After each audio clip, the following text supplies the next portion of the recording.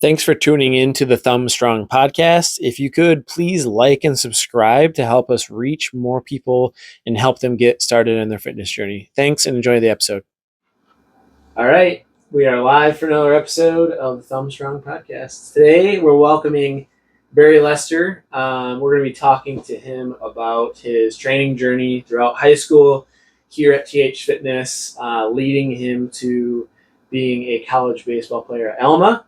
Also, just got certified as personal trainer yesterday through NASM. So he's actually going to be joining us as well this summer to help out working at the gym a little bit, helping doing some athletic training, strength and conditioning. Hopefully we can get him working with some baseball and softball players over the summer.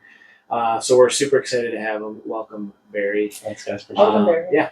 So I guess we'll just kind of start with your training journey. So the first question I have for you is, when did you start getting into training for both baseball, and then you could also talk about your fitness training as well? So for baseball, I really started taking that training seriously probably when I was my freshman year of high school. My freshman year, COVID happened, so everything was canceled. And then I started working out in my basement. And at that point, I just hit puberty, and I was really tall and really skinny, and just like gumbo. I wasn't really good with my body and where I was and everything like that. And I started lifting in my basement, and from that point on, I started playing travel baseball. And I realized a lot of kids that were playing travel baseball when I was in ninth grade were way better than I was. Just crazy better. I remember it's like a canon event in my life that one game I was benched because I just had a bad game and this kid was playing really well. And from that point on, I just told myself I'm never gonna feel like this again. Mm-hmm. And that's when I started taking baseball pretty serious. And I would practice it every day and lift every day and do everything that I needed to. And in high school, me and Martin worked out in the mornings a lot. Yeah. Martin definitely pulled me into that, so I appreciate Martin for that. And I just took off from there, and then started taking it really serious after that. Yep. But fitness-wise, I do a lot of your classes when I was young. Mm-hmm. I'd say I probably was coming in when I was maybe 11 or 12.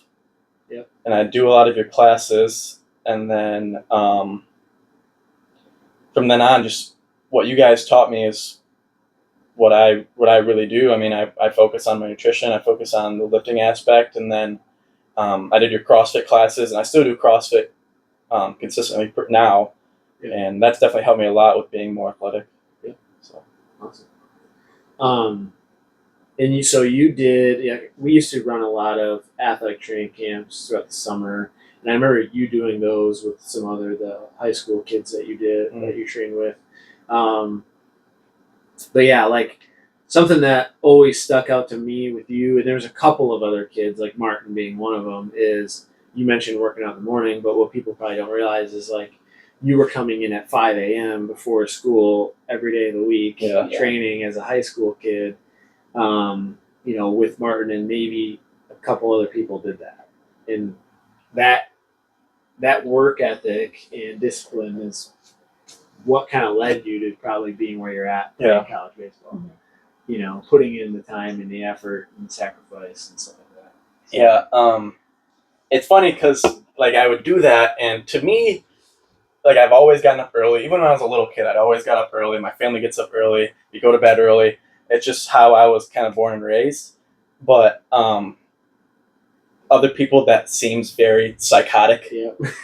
I've gotten a lot of why would you do that? That doesn't sound fun. That doesn't seem like it's beneficial. All this, but to me, it's just what I love doing, and so it comes really easy to me to especially in high school. And now I still wake up early now, but in high school I'd come in before school. I'd lift before school, and after school I played 3 sports, so I would have some sort of athletics after that, or practice after that, and a lot of times.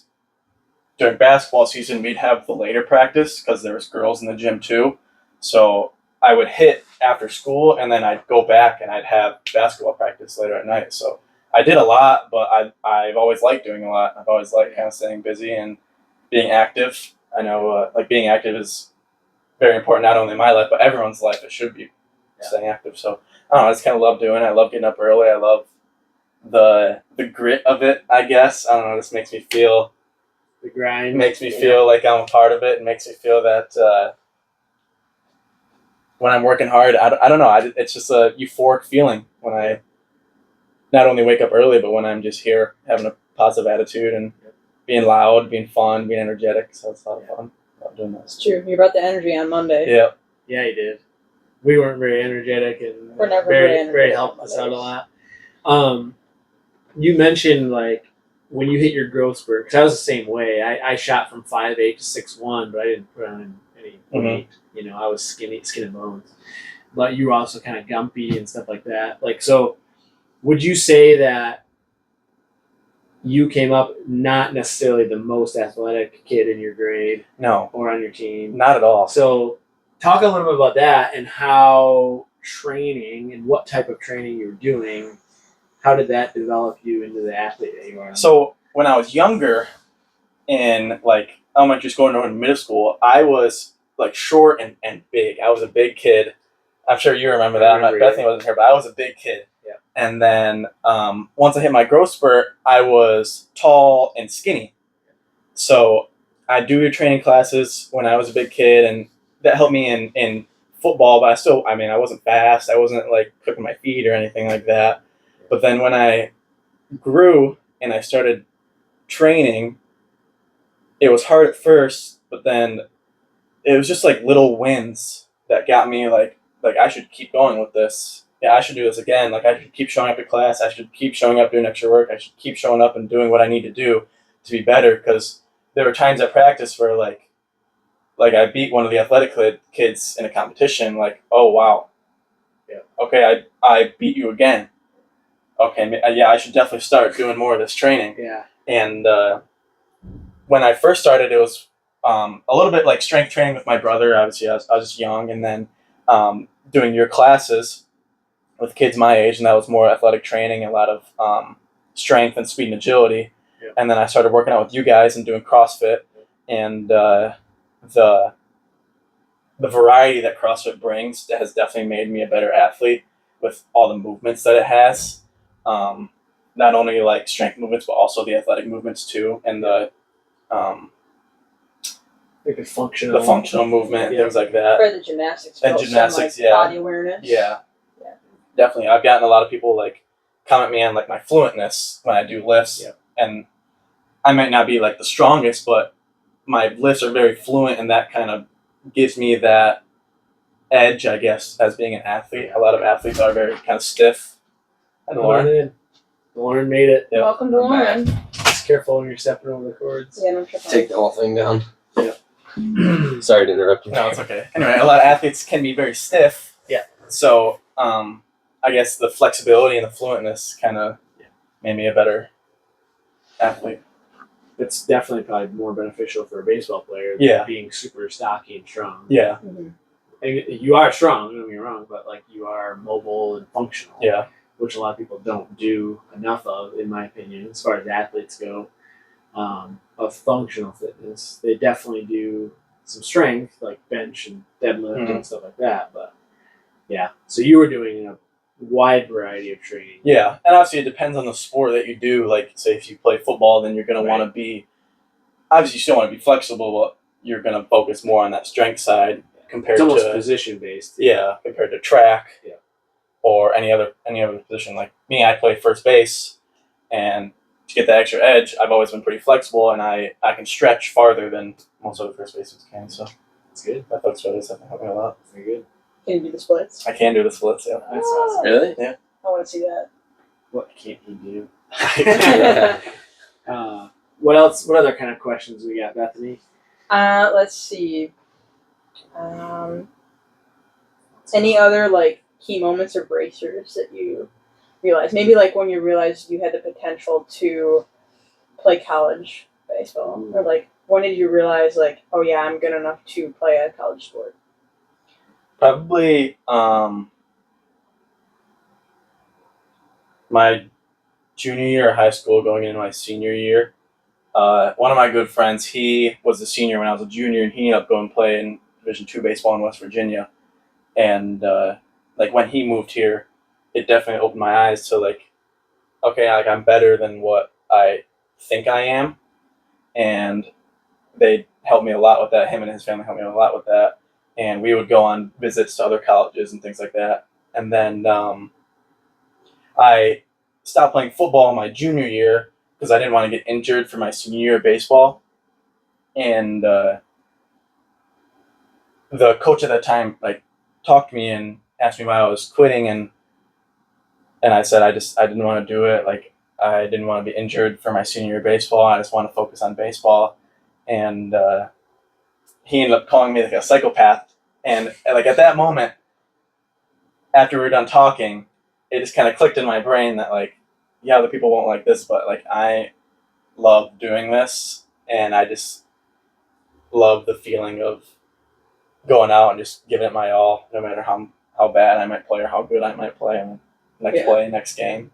So it's definitely my senior year is definitely that like, okay, yeah, like I'm ready. Yeah. I'm ready to move on. I mean, at the end of the day, like you got to push all your chips in on your dream, right? Yeah. It's nobody else's dream but yours, and it doesn't. You can't always be doing things for other people. At some point, you got to say like, all right, like this is what I want to do. Let's go all in, right?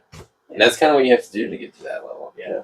And I've always been pretty good at that. I've always been, like if someone doesn't like it, I'm sorry. Like this is just who I am, and it's what I like to do. Yep. So I'm gonna do what I want to do. Yeah, and that's pretty hard to find. That's a hard quality to see, in especially a high school kid. Yeah. Mm-hmm. Usually, as a high school or teenager, like a lot of your decisions are kind of like based off the opinions of your peers, like your parents and teachers, and Trying to please them. yeah, you know? exactly. Coaches. They're kind of pointing you in the right direction. Yeah, coaches, stuff like that. But yeah, it's pretty cool that you recognize, okay, this is what I want to do, and what do I need to do to be able to maximize my potential in this, and stepping away from football, not only to avoid injury, but you also had more time in your hands to probably practice and train for baseball. Yeah. And you could focus your attention on that. So that's huge, I think. Yeah. It's awesome. It was definitely a hard step, but a needed step in that aspect of it. Yep. I liked playing football, but at the same time, it wasn't really worth it in my book. So. Right. Well, we can move on to the college life, Yeah. playing baseball at Alma, balancing school and that. I guess we can talk first the transition to college sports. Yeah. Like compare high school baseball or like travel ball to now playing for Alma. It's difficult. I will say it's hard. Like when I first got there, not only does the skill level change, like people throw harder, people throw better stuff, people are better hitters, but even like in school, it was a lot harder because it's always like the coaches expect you to be well in baseball, but also in the classroom, because if you're not good in the classroom, then you're not going to be playing baseball. But that was definitely a hard aspect of it. But I will say that the training that I did in high school definitely put me in a great spot to what I am now in college, and like the time management of it. It's very hard to manage your time in college with athletics, training, social life, and academics. Yeah. And I have a hard major. I'm trying to be a physical therapist. Yeah. So a lot of that is health science classes, anatomy classes, physiology classes. Those are hard classes. Yeah. So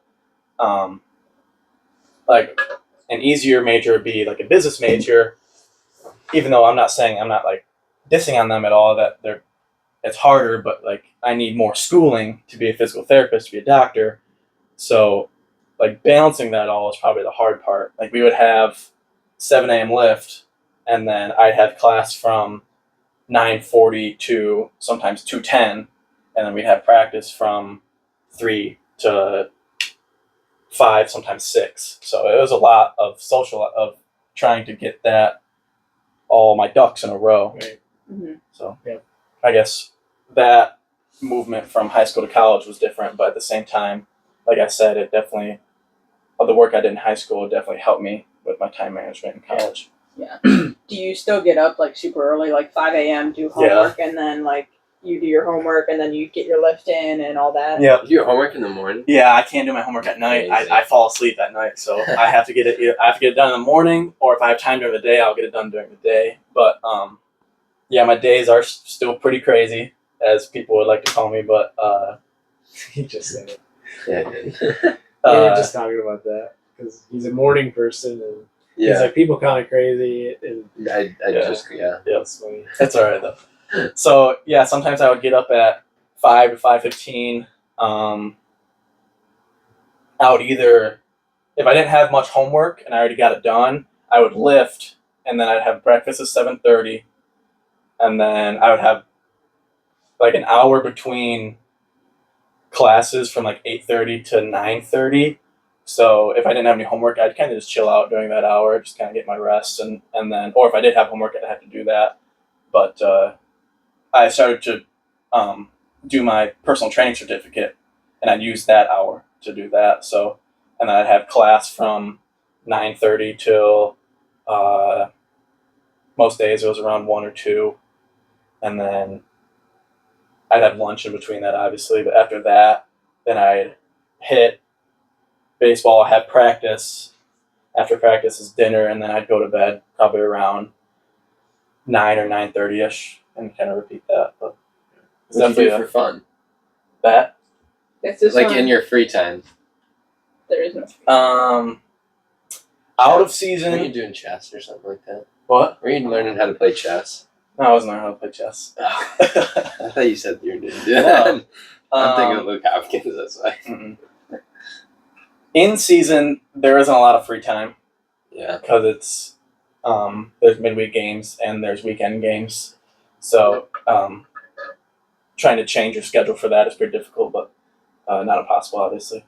And but out of season in the fall, when I first get there at college, me and my roommates, we play video games. We don't really go out much. We don't really like doing that. I'm glad I found friends that don't like doing that like Yeah. I do. But we'll play video games together or go out to eat. Yeah. So I love my Yeah, friends so there. My it's- friends are awesome.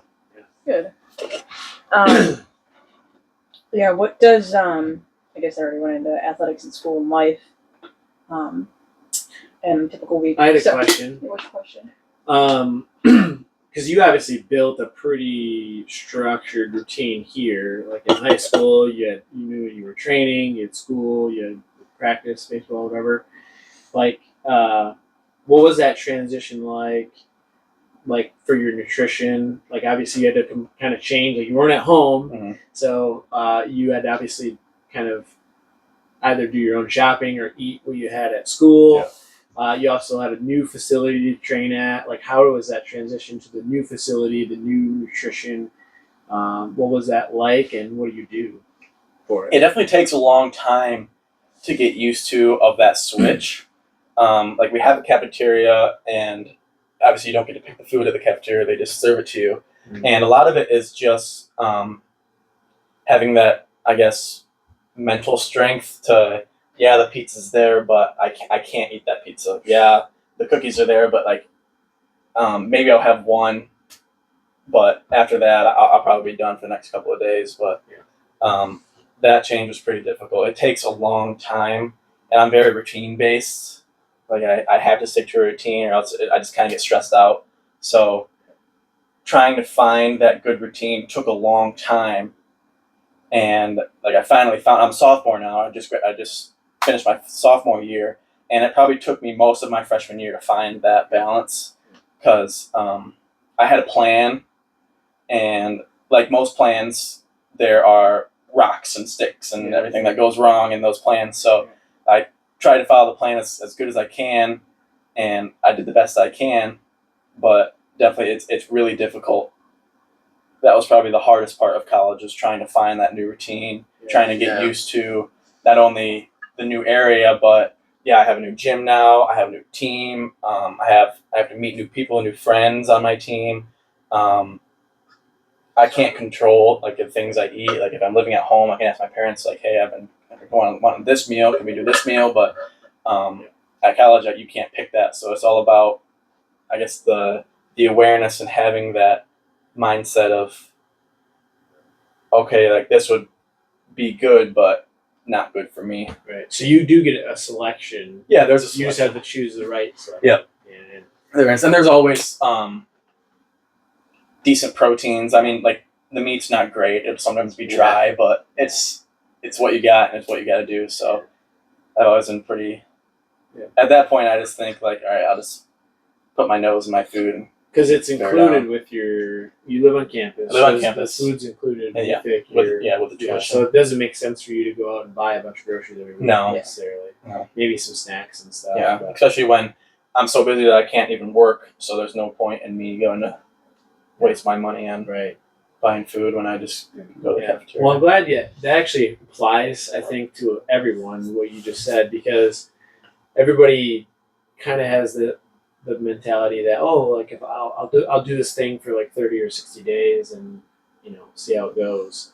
Well, you just admitted like it took you a full year to get into a routine of, okay, and you already had all those habits established. Yeah. You just literally changed your environment, and it took you a year to recreate that routine. So for people that are coming into their health and fitness journey, it takes a long time to get into that routine where you know what to eat, when to train, what to train, all that. Even as an athlete, and like the way I was in high school, switching over to college, it's almost like it just went all down the dumpster, and I had to restart.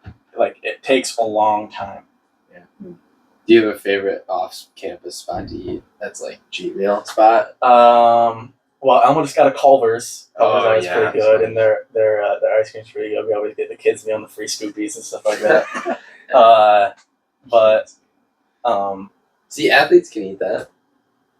yeah, I mean, I don't eat it on a regular basis. No, obviously not. But other than that, we have a really good Mexican place that I go to, and they have really good birria tacos. what tacos? Birria tacos. Oh, Yeah. I don't know. It's like barilla, but it's Oh. whatever. They're so good. yeah. I love them. And shrimp tacos. I'm a fan of shrimp tacos. So that's definitely my favorite place off campus. Good. Nice. Cool. What have you learned about nutrition, performance recovery, either like through your schooling, through your experience? Like, what are some main tips that you've learned? Some nuggets. Well, a lot of the things that I've learned are from you guys. I'm very appreciative of all of you guys of kind of building me in who I am today, and I definitely wouldn't be here without you guys and getting my personal trainer certificate without seeing how you guys do it. So you guys are very big role models, and I appreciate you guys. But other than that, like nutrition wise, probably just consistency. It's so hard nowadays to people see eating healthy as a diet when it really should be a lifestyle. I try and follow personally like the 80-20 rule. 80% of the time I'll eat healthy foods. 20% of the time I'll splurge and have a cheat day or cheat meal or something like that. But going back to what I just said, like a lot of people think it's weird to eat a healthy diet when it should be your lifestyle the other way around. It should be weird to be eating all this junk food all the time and feeling worse about yourself because of the food that you intake. But the other side, I'll intake good food and I'll feel great after that. Not only like gut health, but whole wellness in general. So. Yeah.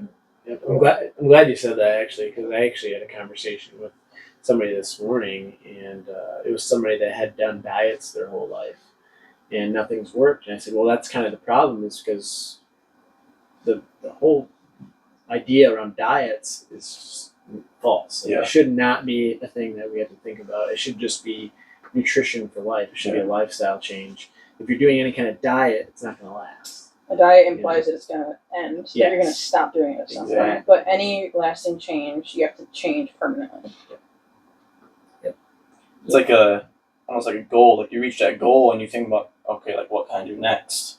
And then you kind of just, maybe you don't set another goal, but that's the way I think of it. So I'd rather have my lifestyle be the goal, then okay, I'll get to a point and then I'll stop. Right. Yep. That's good. What are some of the biggest lessons you've learned through training and competing? Hmm. Can be competing in CrossFit too. Yeah, I was thinking about that too. You're on a team. Just never quitting. That's probably the biggest one for me.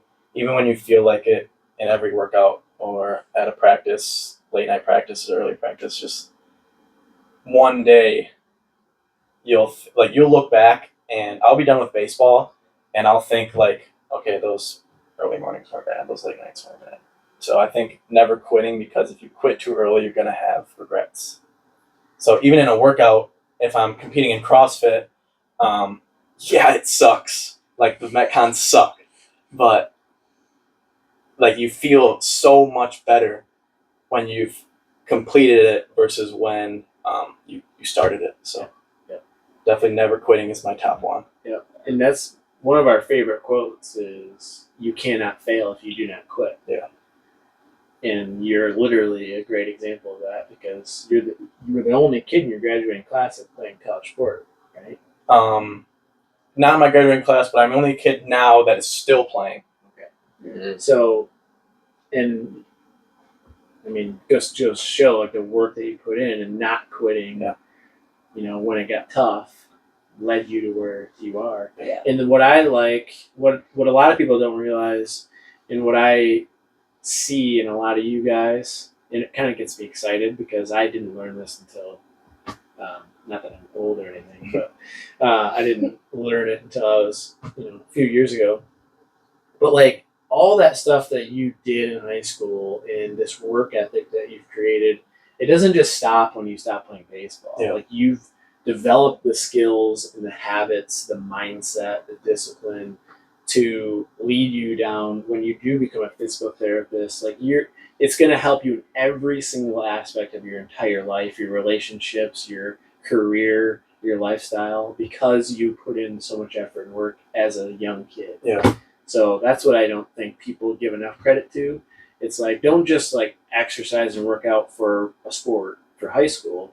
It's like, I'm seeing all you guys put in this hard work, and I know that it's going to lead to more success in the future just because you built that discipline and work ethic and motivation and stuff. And honestly, confidence in yourself. Mm-hmm.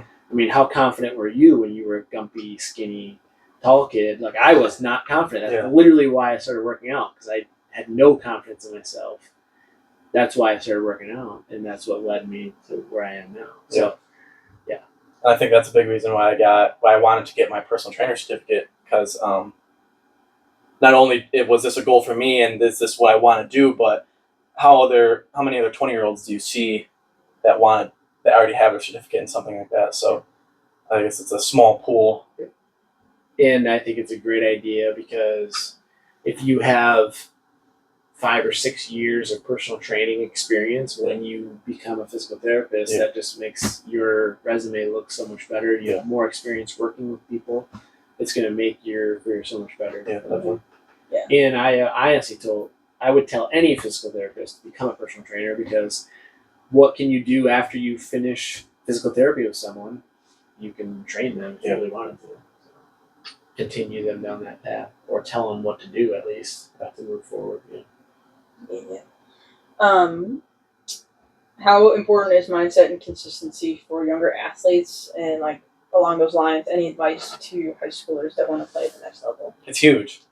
It's one of the biggest things is mindset, and that's a big talk in baseball, because baseball, to be great at especially hitting, and you hit 300, you're failing 70% of the time. Yeah.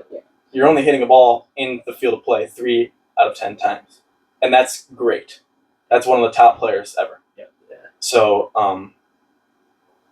you could think a lot about the negatives, and don't get me wrong, like I'm still working on that on my part of the game, but it's huge, especially in high school, to like you're only 15, 16, 17. Like it's okay to fail. It's okay to fail. It's okay to strike out.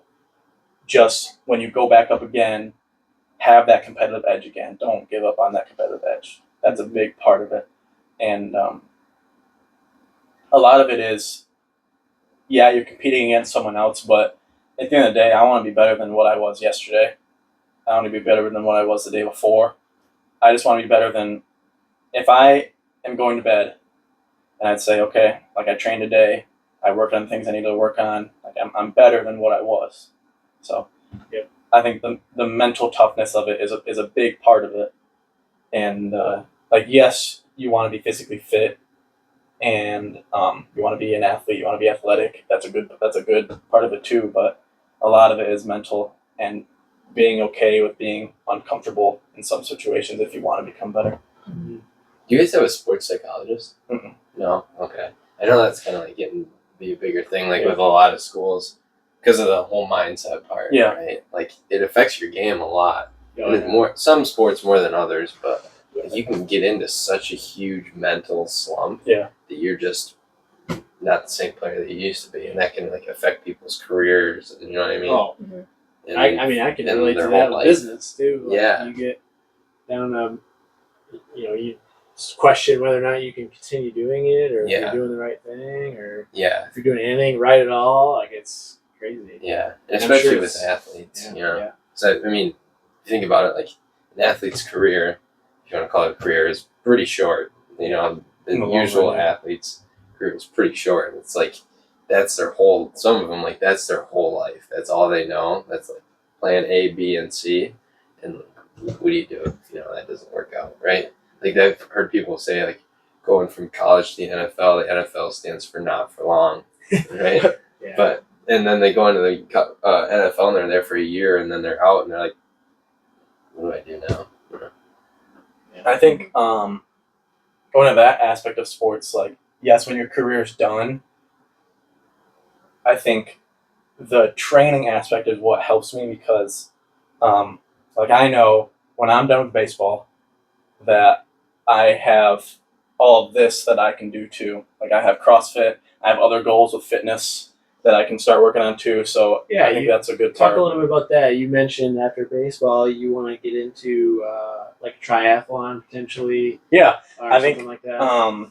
just having goals in general is life is just a really big part of it. And yeah, those are long-term goals. Like, I'm not really training hard for those right now, but training for an Ironman would definitely be one thing that I'd like to do. Not only is it just cool, but not a lot of people are an Ironman or say an Ironman. Yeah. So it's just something fun I'd like to do. I mean, obviously it's difficult and it's going to be difficult, but it's just something I would like to do, and that's a long-term goal. You can do it. Thanks. Because of that mental toughness. Yeah. Yeah. What made you want to come back to TH Fitness and coach this summer? You guys. You guys are awesome. You guys are very good role models. Maybe right.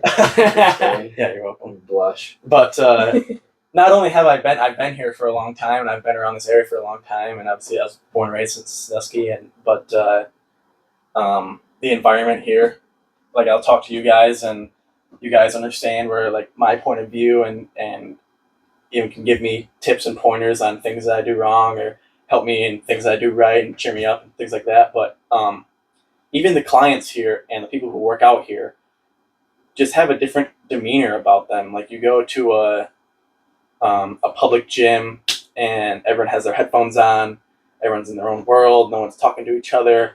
But you talk to people here, people who work out here, and they're like, "Hi, my name is so and so. So nice to meet you. I love working out here."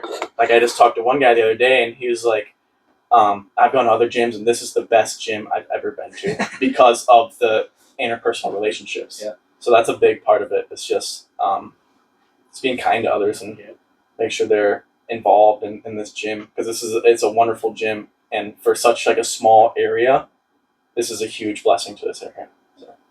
I appreciate you saying that. I mean, that's kind of our main goal, is create a community where people feel comfortable and they can come here as their third space, like to get away from work and life and work toward their goals in a positive way, right? Mm-hmm. So, and I've definitely done that.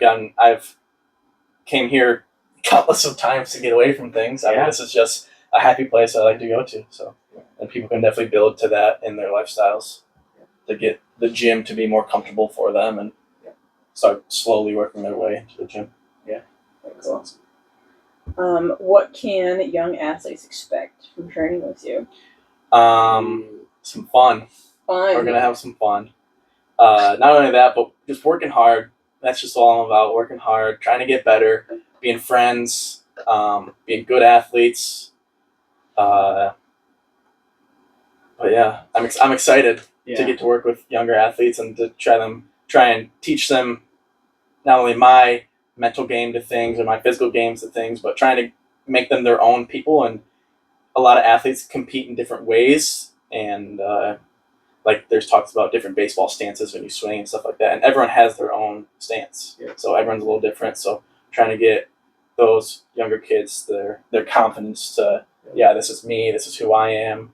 I've worked hard to get to where I am today, and I'm going to prove it right here. So that's awesome. How can people find you, follow you, reach out if they got questions? Instagram, Barry Lester _. Other than that, just come up and talk to me. I'm always He's always here. I'm always here. When do you train? Probably about 8:30 a.m. Yeah, 8:30 to around like 10:30 ish. But even when I sometimes I'll just show up here. Like I'll be doing baseball stuff here, hang out. You know what I mean?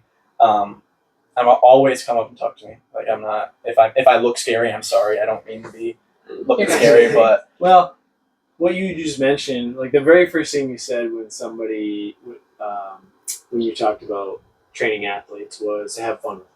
Yeah. And a lot of people look at us like, oh, I don't want to train with them. Like they're intimidating and strong and they're probably going to kill me and stuff like that. And like that's the last thing we want to do because yes, we could give you like the worst workout ever, but then you won't want to come back and do it. Yeah. And long term, you're not going to get to your goal anyways. So we actually would rather have you feel comfortable and have a great workout, but have fun with it. And we want to get to know you and like you and stuff like that and bring out the best in you, which is kind of what you mentioned. Like each athlete, you kind of have to find, okay, what do I need to learn about this kid to bring out what's the best in him?